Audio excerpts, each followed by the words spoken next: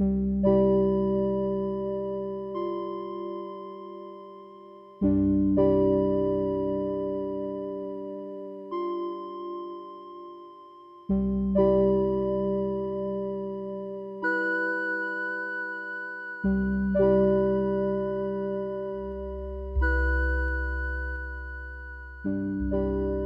mantis merupakan salah satu krustasia laut dengan warna yang tampak indah dan memukau.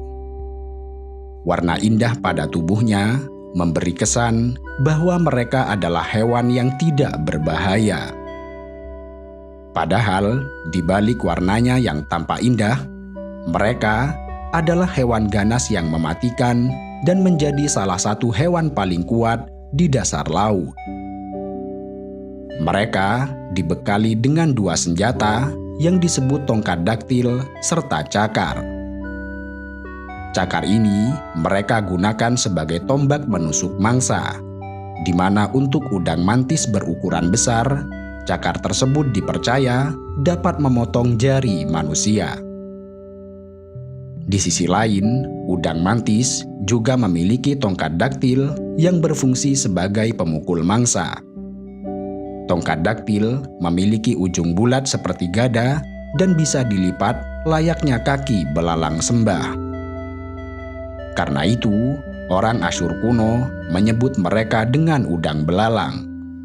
Bahkan karena sifat dan gerak-geriknya yang mirip belalang sembah, mereka juga dijuluki sebagai udang belalang sembah atau udang mantis.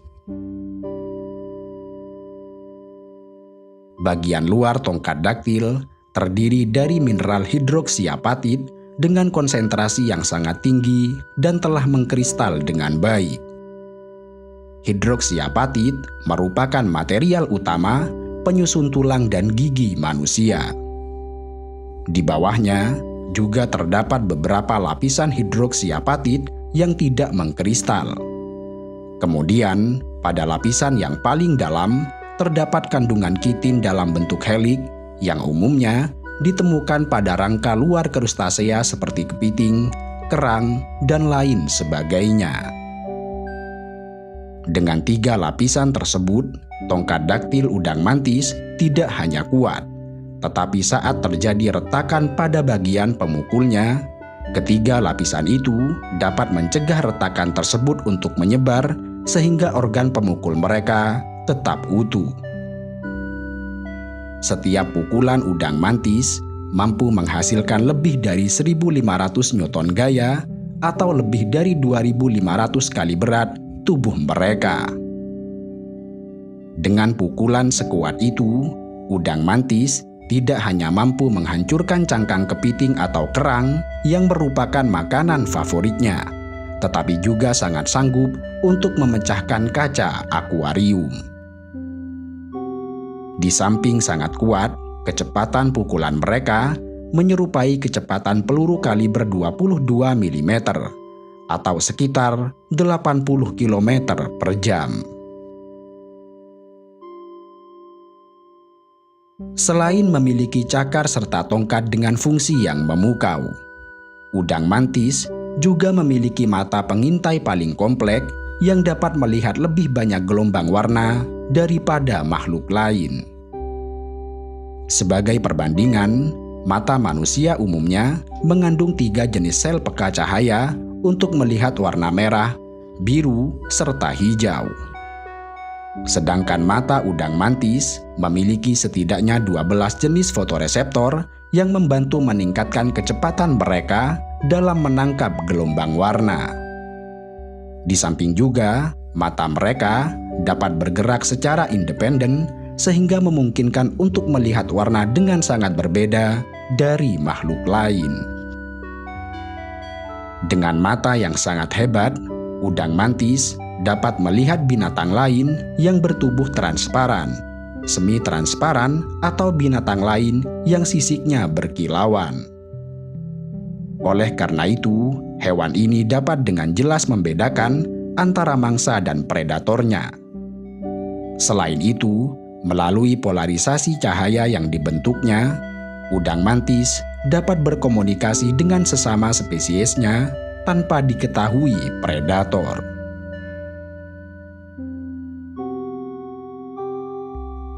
Meski dikenal sebagai udang, pada dasarnya udang mantis bukanlah udang.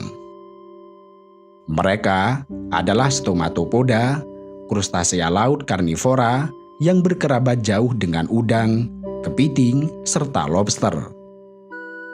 Tetapi, karena sebagian besar udang mantis memiliki panjang antara 10 hingga 38 cm, membuat mereka sebanding dengan udang. Terdapat sekitar 450 spesies udang mantis di dunia dengan warna yang bervariasi, mulai dari coklat, hijau, merah, serta biru. Namun, yang paling menjadi favorit dari semua spesies udang mantis adalah udang mantis merak yang memiliki warna bervariasi. Udang mantis mendiami perairan tropis dan subtropis. Kendati hidup pada kedalaman antara 3 hingga 40 meter, udang mantis relatif jarang terlihat manusia. Demikian ini karena mereka memiliki pola hidup yang terkesan menutup diri.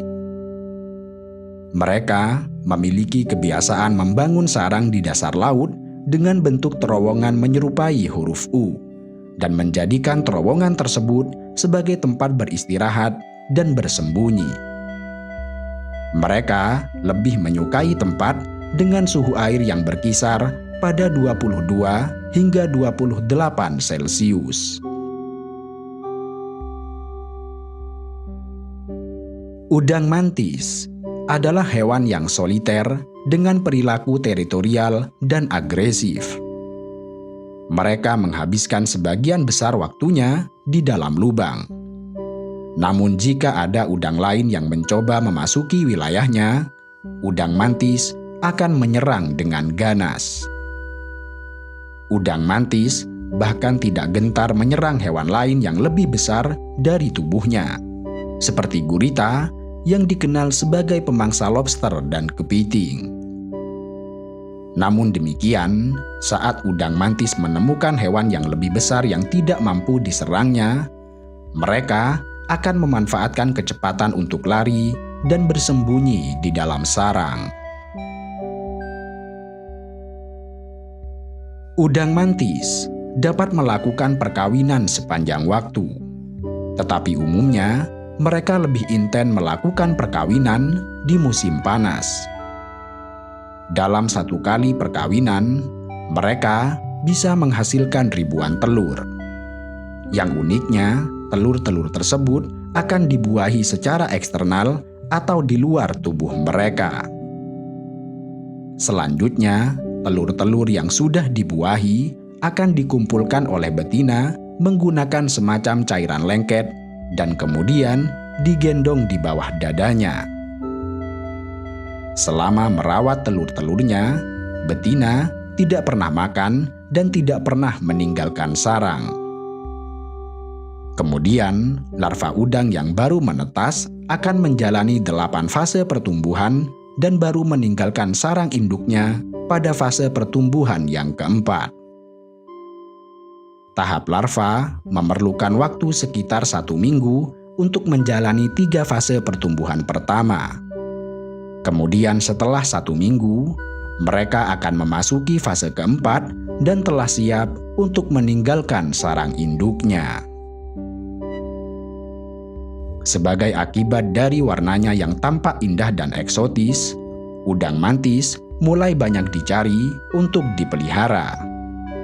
Namun demikian, karena pukulannya yang sangat kuat serta perilakunya yang agresif, hewan ini harus ditempatkan pada akuarium khusus serta diperlakukan dengan sangat hati-hati.